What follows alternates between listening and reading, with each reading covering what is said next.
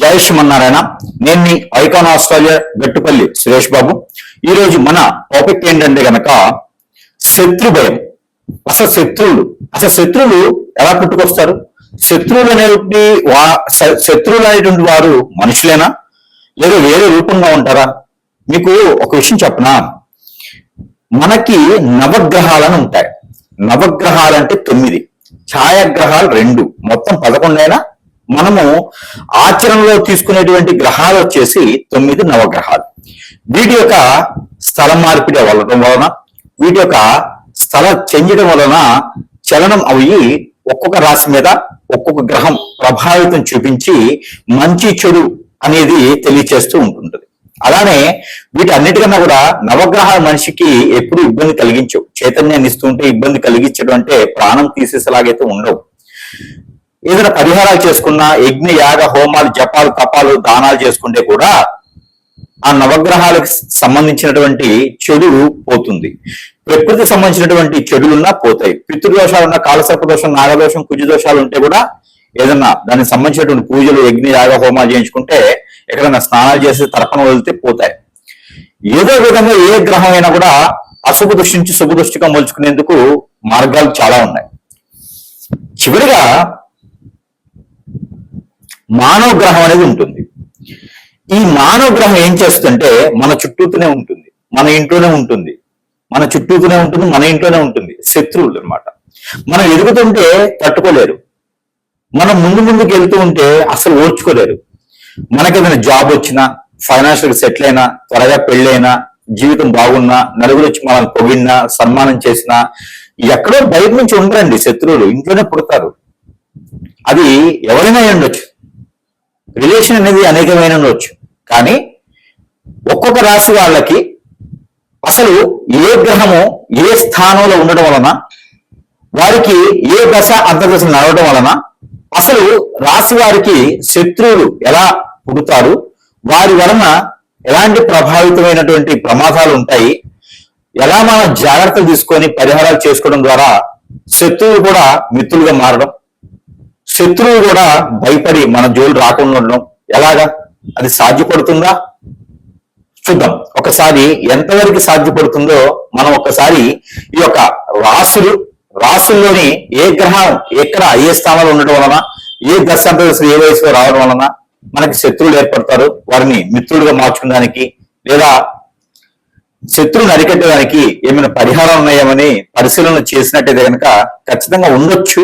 ఒకసారి మనం పరిశీలన చేసుకున్నట్టయితే కనుక ముందుగా మనకి 12 రాసులు, ఈ రాసుల్లో ఏ రాశి వారికి ఎలాంటి శత్రుత్వం ఉంటుంది, వారు ఎలాంటి అనుభవాలు వారికి చేయూతనిస్తాయి, ఎలాంటి అనుభవాలు వారికి ఇబ్బంది కలిగిస్తాయి, ఒకసారి మనం పరిశీలన చేసుకున్నట్టయితే దానికి సంబంధించినటువంటి పరిహారాలు కూడా ఉన్నట్టున్నాయి. అవి ఒకసారి పరిశీలన చేద్దాం. 12 రాశుల్లో ఒకటి కన్యారాశి. కన్యారాశి గురించి మనం ఎక్కువగా మాట్లాడుకోవాల్సింది ఏంటంటే కనుక శత్రువులు. కన్యారాశి వారికి వద్దంటే శత్రువులు ఉంటారు. తనతో పాటు ఉన్నటువంటి వెన్నట్టు ఉండేటువంటి ఫ్రెండ్సే కావచ్చు, కొలీగ్సే కావచ్చు, శ్రేయోభిలాషులే కావచ్చు, బంధుమిత్రులే కావచ్చు, సోదరులే కావచ్చు, ప్రతి ఒక్కరూ శత్రువులే. ఎవరికైతే సహాయం చేస్తారో వారే శత్రువుగా ఉండేటువంటి రాశి ఒకటి ఉంది అంటే అది కన్యారాశి మాత్రమే చెప్పాలి. కన్యారాశి వారు ఎంత మెదుగ్గా ఉన్నా, ఎంత ఒదుగ్గా ఉన్నా పిండి కాదు కన్యారాశి వారి తత్వం. అలానే ఎంత మెలకువగా ఉన్నప్పటికీ కూడా వారి వెనక గొయ్యి ముందు ఒక నుయ్యి తీస్తూనే ఉంటారు. ఎన్ని రకాలుగా మంచి చేసినా కూడా ఎదుటి వాళ్ళకి కన్యారాశి వాళ్ళ మీద శత్రుత్వం ఎక్కువగా ఉంటుంది, నరదిష్టి ప్రభావం ఎక్కువగా ఉంటుంది. అది ఏమిటంటే కనుక కన్యారాశికి అధిపతి బుధుడు, బుధుడికి శత్రువు కేతువు. కేతువుకి బుధుడికి శత్రువులు ఎవరు ఉన్నారా అంటే రవి. వీళ్ళు ముగ్గురు కలిసి కలయికతో 12 రాశుల్లో ఏదైతే ఉందో ఈ ముగ్గురి కలయిక స్వస్థానం చంద్రుడితో కలిసి ఉన్నా, ఈ చంద్రుడితో కాకుండా 2, 4, 6 స్థానంలో ఉన్నా, ఇక కేతు 6వ స్థానంలో ఉండి, ఇక మనకి శుక్రుడు కూడా వీళ్ళకి 12వ స్థానంలో ఉండడం వలన భార్య నుంచి భర్త నుంచి కూడా పన్నులు తిని రోడ్డు మీదకి వచ్చేటువంటి పరిస్థితులకైతే ఖచ్చితంగా ఉంటుంది. ఎక్కడ కర్కాటక రాశిలో కానీ లేదా సింహరాశిలో కానీ శుక్రుడు ఉండేసి, అక్కడ మకర రాశిలో కానీ తులారాశిలో కానీ కేతు ఉండేసి, ఇక సింహరాశిలో కానీ లేదా మనకి కుంభరాశిలో కానీ రవి ఉన్నట్టయితే గనక గోచార ప్రకారంగా ఇక మీకు పట్టిందల్లా దరిద్రమే. ఎవరైతే మనతో వస్తారో అదంతా కూడా మనకి మన ఎత్తుని చేయబెట్టేసి మనల్ని హింసించేసి వెళ్ళిపోతారు. ఇదో రకమైన శత్రుత్వం. వీరు ఎక్కడో ఉండరు, మన చుట్టూ తిరుగుతూ ఉంటారు. వీరు మనకు మంచి చేస్తారని చెప్పేసి నమ్మిస్తూ ఉంటారు. దీనితో పాటు మనకి కొంతమంది ఉంటారు, వీరు ఏంటంటే మనతో పాటు ఉండి శ్రేయోభిలాషులుగా మనం ఏమన్నా తప్పుడు వాయులు పెడుతున్నాము, నాశనమైపోయామంటే కనుక అయ్యో అలా పోయారా అనుకుంటూ ఉండేటువంటి వారు వీరేం చేస్తారంటే మనకు తెలియకుండా హిప్నాటిజం, బ్లాక్ మ్యాజిక్, స్పిరిట్ లాంటివి, అష్టదిబ్బంది లాంటివి చేయించి అందులోనూ ఇబ్బంది పడుతూ ఉంటారన్నమాట. ఇక దీనన్నిటికీ ఇబ్బంది పడుకుంటూ పోయేది ఎవరయ్యా అంటే కన్యారాశి వారు. కాబట్టి కన్యారాశి వారు ఎవరిని నమ్మకండి, పార్ట్నర్షిప్ వ్యాపారాలు చేయకండి, జీవితంలో ఇంకొకరిని నమ్మేసి డబ్బులు ఇవ్వకండి, ఇచ్చారా వదిలేయండి, అడగండి. ఇలాంటి వాటి ద్వారానే శత్రుత్వం పెరుగుతుంది. కాబట్టి ఆచి చూచి ముందడుగు వేయండి. మరొకటి, కన్యారాశి వారు తనకున్నటువంటి పర్సనల్ పేజెస్ ఏవైతే ఉన్నాయో అవి బయటికి వ్యక్తి చేయకండి. ఇవన్నీ కూడా చేయడం ద్వారా కన్యారాశి వారి మీద శత్రుత్వం ఎక్కువ అవుతుంది. కాబట్టి దీని అన్ని కూడా చూసుకుంటూ ఉండాలి.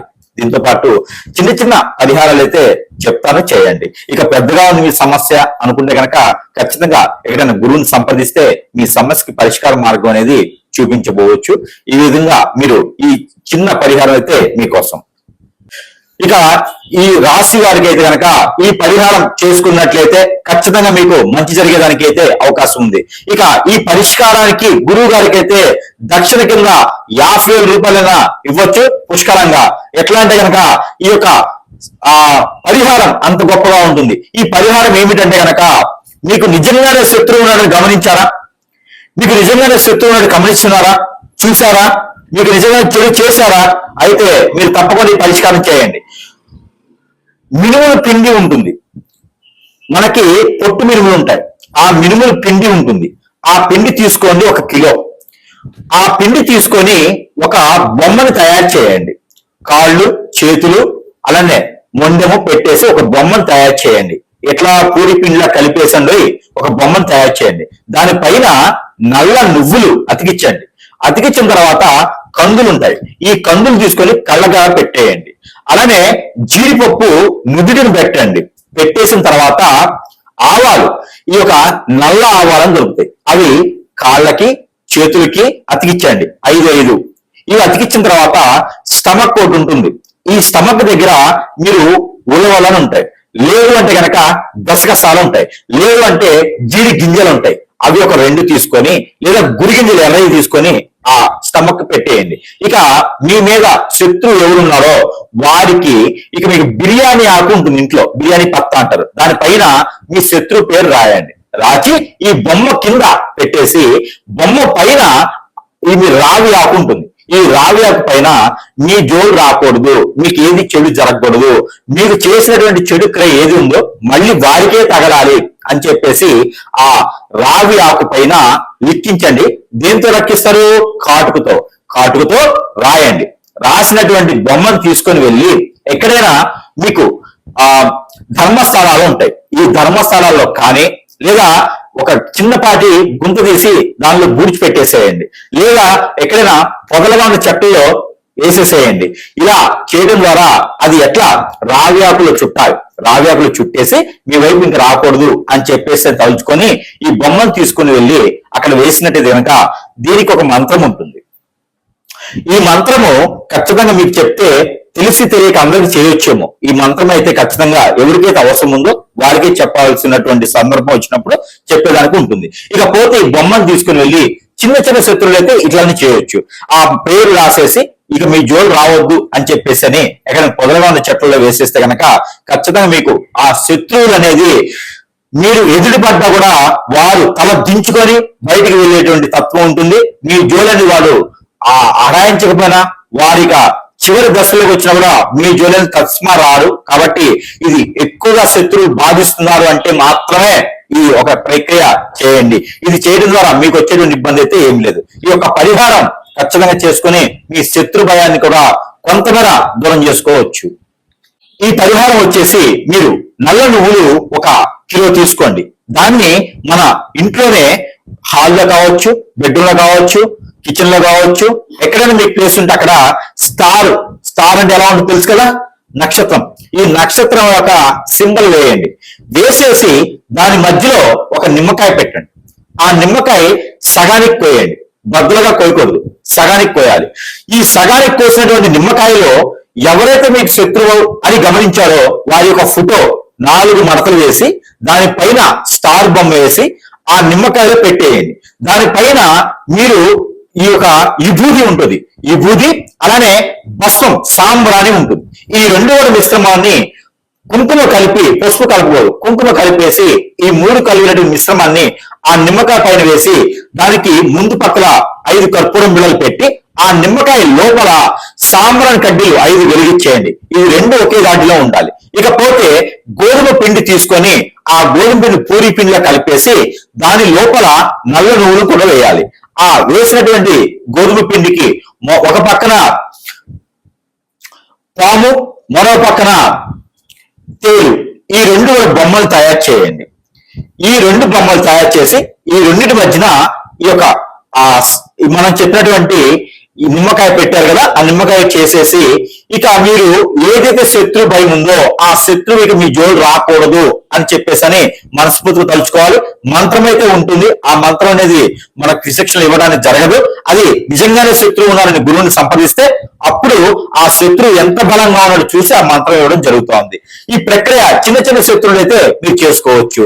ఇది చేసిన తర్వాత ఆ కర్పూరం బిళ్ళలు, అగరబత్తి పూర్తిగా కాలిపోయిన తర్వాత ఈ 2 పిండిని పాలు, ఏదైతే గేదె పాలు ఉంటాయో ఆ పాలు తీసుకొచ్చి ఈ పిండి 2 తేలు, పాము ఉన్నటువంటి పాము, ఈ 2 పిండిని కలిపేసి ఆ నిమ్మకాయ మధ్యలో పెట్టేసి బాగా ఉండ చేసి అది తీసుకుని వెళ్ళేసి ఎక్కడైనా పారేడు నీటిలో వేయండి.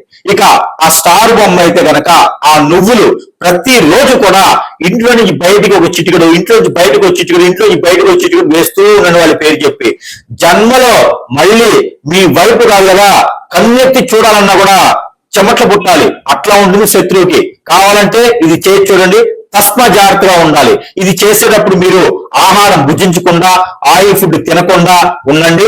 స్నానం చేసి చేయాలి అనేది అయితే ఏం లేదు. ఇది ఏ సమయం చేయొచ్చు, ఫుడ్ తినకుండా చేయండి. అది చేసిన తర్వాత ఆ రోజంతా కూడా నేల పడక చేయండి. మీరు మళ్ళీ పెళ్ళైన వారైతే కనుక ఇద్దరు ఒకే దగ్గర పనుకోకూడదు. ఈ ప్రికాషన్స్ తీసుకొని ఈ పరిహారం చేయండి.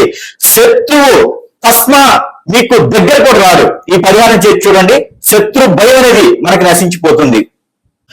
శత్రు భయం నశించడానికి గల పరిహారం, ఈ పరిహారం మీరు చేసుకొని శత్రువులు నిజంగా మీకు ఉన్నారంటే కనుక వారిని అరికట్టొచ్చు. ఎలాంటి కనుక బియ్యం పిండి ఉంటుంది, ఈ బియ్యం పిండి తీసుకోండి.